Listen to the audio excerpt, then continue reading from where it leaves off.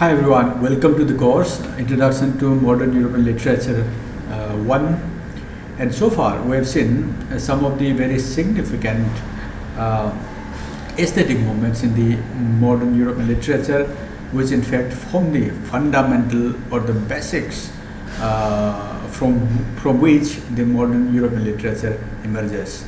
So far we have seen 6 of them, and in this class I'll talk about other 3. First one is Cynicism, another is Futurism, and eventually Imagism.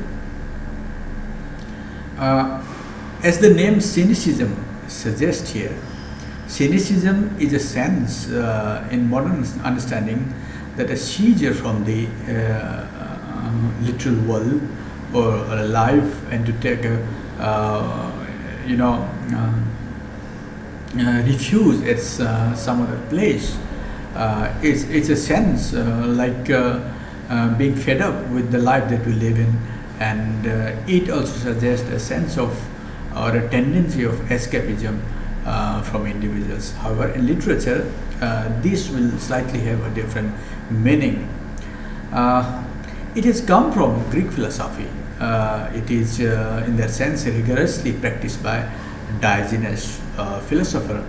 On the adjacent side of this text, you might see a picture, and in this picture, some people, 3 ladies on the left, they are trying to see someone, particularly this lady, the first lady, trying to see a man who is sitting inside a pit. It looks like a dustbin where dirt is thrown in a place. It's a slum, and the man, as it can be seen, that quietly sitting there and something on his hand, probably a paper on which his views are written. And this is Diogenes. Diogenes believes that the purpose of life is virtue. It's not the comfort that we usually try to achieve. The basic significance or the meaning of life or the meaning of existence is to achieve virtue and not the comfort. He believes that purpose of life is virtue, to live like nature. For Diogenes, nature is virtuous. Yes, of course, that everybody understands. Nature, much later also in the literature, like in the romantic literature, Wordsworth has used nature as guide and nurse and everything to drive home his romantic thoughts that he penned down in his poems. So accordingly, Diogenes had a thought that he philosophized, in fact, the basic purpose of life, why we should live in, why we are living, is virtue, and not the comfort and the luxury that human beings run across. It rejects luxury, wealth, sensual pleasure, and every kind of comfort to attain to virtue, prefer to live in poverty. For Diogenes-like people who believe in cynicism, poverty is far more better than the comfort and all sort of luxury, whereas quite the opposite with common people. Nobody likes poverty, and everybody thinks of many of the government schemes, state government schemes, national government schemes, many of the national, international agencies, the UN, they always work very hard to bring out people from the poverty, to give them a good life. But then if people like Diogenes appear in this scene, they will say trying to lift people from the domain of poverty to the domain of comfort and luxury will be really a problem of life. It will have impact in understanding what virtue is. It has a modern interpretation. It's an attribute of disbelief in human goodness. It's a distrust against moral and ethical social values triggered by unfulfilled desires.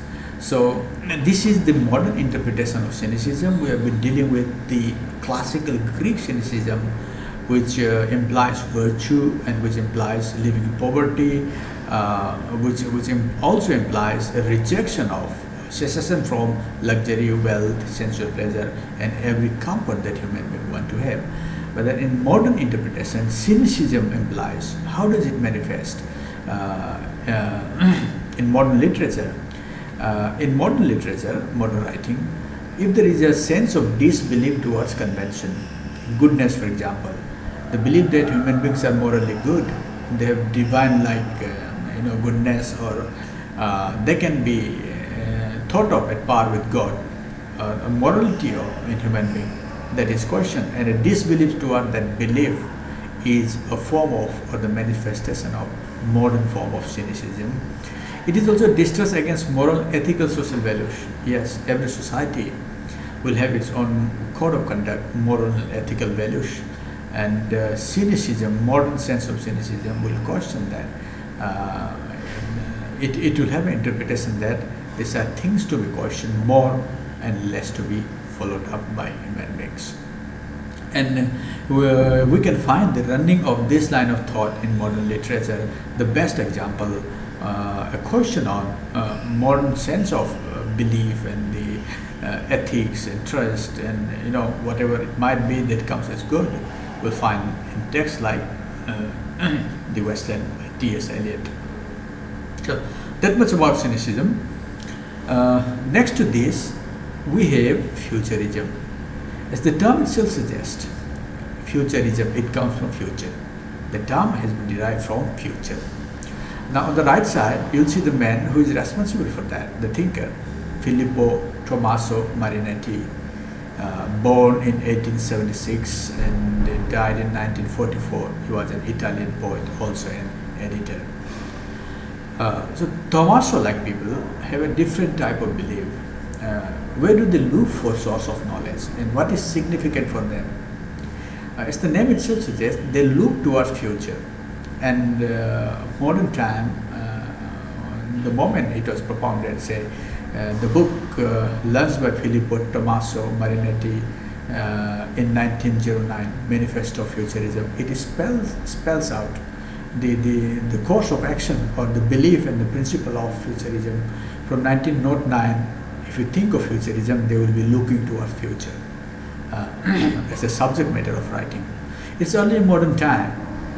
Normally, it is believed that 1910, with the publication of Essay on Modernity by Virginia Woolf, is the beginning of the modern period in English literature. So from 1909, Filippo Marinetti wants readers and thinkers to look towards the future as a resource for writing and human thought. And future from 1909, if you start thinking there, it's a future of science and technology. In other words, futurism believes in this development brought by science and technology, and it suggests us to derive inspiration from them. Accordingly, we can see it as a poetic movement, and later on in painting and music too, it has manifestation that began in Italy in early 20th century. As a working methodology, a method of operation of this movement, they don't have allegiance to past. As the name itself suggests, they don't believe in the past. Past has nothing to do for them. Past is past. Whatever is done cannot be undone. They believe in the future. In other words, the thing that our future can be corrected at present, or given a course at present. If it is bad, it can be brought into track at present. Then accordingly, they admire technology, industry, factory, aeroplane, computer as the subject matter of introspection. So in the writing, you'll find the figuration of technology like industry, factory, aeroplane, computer, internet, then this digital things, and cyberpunks, etc., the product of science. They see they are the things for meditation to be thought about. They should form the subject matter of writing and thinking and introspection and interpretation. They perceive world is in constant motion. It's true. What they think is true because the universe itself is continuously always in motion. Starting from the perception of the universe and until today, scientists believe that the universe is always expanding in form. They give several theories. They talk about the lifespan of stars, and they say life of a star is just like life of human beings. They also get birth, they get matured, and they die. And scientists believe that the moment a star dies, it becomes red because it moves far away from its original location in the space. And red light is the signal of something that is being placed or something that has gone away far from our perception. So when a star becomes red in its ultimate or last phase, it's an indication that the star is moving further away from its original location. In other words, it suggests that universe is expanding, going beyond what it has been there actually in the beginning. So when the universe itself is in constant motion, there is no doubt that the whole world that we live in is always in constant motion. When the whole universe and the world is always in motion, how can we perceive thing of something being static or fixed? Accordingly, the constant change, its constant motion in writing, in painting, and the form of art is captured through the use of technology in a literature inspired by Futurism. That literature, having inspiration from the Futurism, will have machines, moving machines, fast moving machines, aeroplanes, trains, bullet trains, etc., in the fabrics of the story. As the last point suggests, they celebrate the triumph of science over nature. For them, unlike cynicism, Diogenes believes in nature. He sees nature as the form of virtue. But then these people, they don't have this sort of understanding. They see things, possibility in technology and not on nature. This can also be seen as a revolt or deviation from the thought of that we have seen Diogenes cynicism. Moving further, we have Imagism. Rather, Imagism is a very short-lived poetic movement between 1912 to 1917. Once again, you see the thinker on the side, that is Ezra Weston Loomis Pound. We have already come across him in terms of vorticism. We have understood vorticism in the previous lecture. Pound, just to repeat, lived between 1885 and 1972. Just to repeat things, though we have already known Pound in the previous lecture, Imagism is a poetic movement that flourished in England and in America in the early 20th century, 1912 to 1917, the time of the First World War. Now you see how significant Ezra Pound is in his writing. Constantly has been looking after one form of writing or one thought of poetic or one line of poetic thought or literature, constantly looking for something new, something for novelty in literature to move away from the convention of writing. And one after another is testing one ism and another ism. The first one is vorticism, next comes Imagism. So this movement was also pioneered by Ezra Pound, and he was influenced by T.E. Hume. T.E. Hume was a time philosopher, and lots of this thinking has bearing on T.E. Hume, who influenced Ezra Pound. Imagists use free verse. There is no rhythmic pattern. There is no rhythmic pattern as you find in conventional poetry, rhyme, end rhyme, internal rhyme, etc. We don't find that. Poetry for them is just an image. Like we have seen in symbolism, poetry for these people, like Baudelaire-like people, is just a symbol. And in constructivism, poetry or knowledge is simply construct. These people who believe in Imagism, for them, poetry is just an image. And when we say image, I have in mind the mental pictures of things. For example, if you looked at a bottle, the physical bottle that in front of our eyes, will have a replica in our mind, but that replica is just an idea of that bottle. So poetry is just like that. If a poet think of writing a poem on tree, for example, the idea behind Imagism is that the tree should appear in writing just in the form of the tree, but then that's not the literal tree, already an image perceived by your mind but not processed further. Mind captures the still image of a tree or the subject matter that we are, or a poet under Imagism wants to write something, his or her mind captures the still image of the thing and that image is transformed into words and written in terms of poetry. But then this image that comes out from the mind, though it comes out from the mind of the poet, does not go any change. So it looks like a still picture. And where does the change come from? Imagists believe that the change is solely, the change in the image, its perception is solely, it comes from the part of the readers. The work of a poet is only to create an image in terms of poetry. The poet does not pass any comment. For example, I look at a river and I've seen its flow, I've seen stones on its side, and sometimes I might have seen fish in it also. And if I were to write a poem on the river, I should paint the picture of this river. I cannot say, oh, I saw the fish, and the fish were very beautiful. They look divine. The fish are so beautiful, they look divine, is my interpretation again. You don't find such place in Imagism. The image of the river that is in your mind should be transformed into words. So it becomes, image here becomes a word picture of a mind picture of any object that we or a poet has captured during his or her experience with that image. Poem becomes analogical to a photograph. It simply records a still image. The meaning depends upon how the viewers understand it. Very telling line there to understand Imagism. Example, there is a poem by Ezra Pound himself, In a Station on a Metro.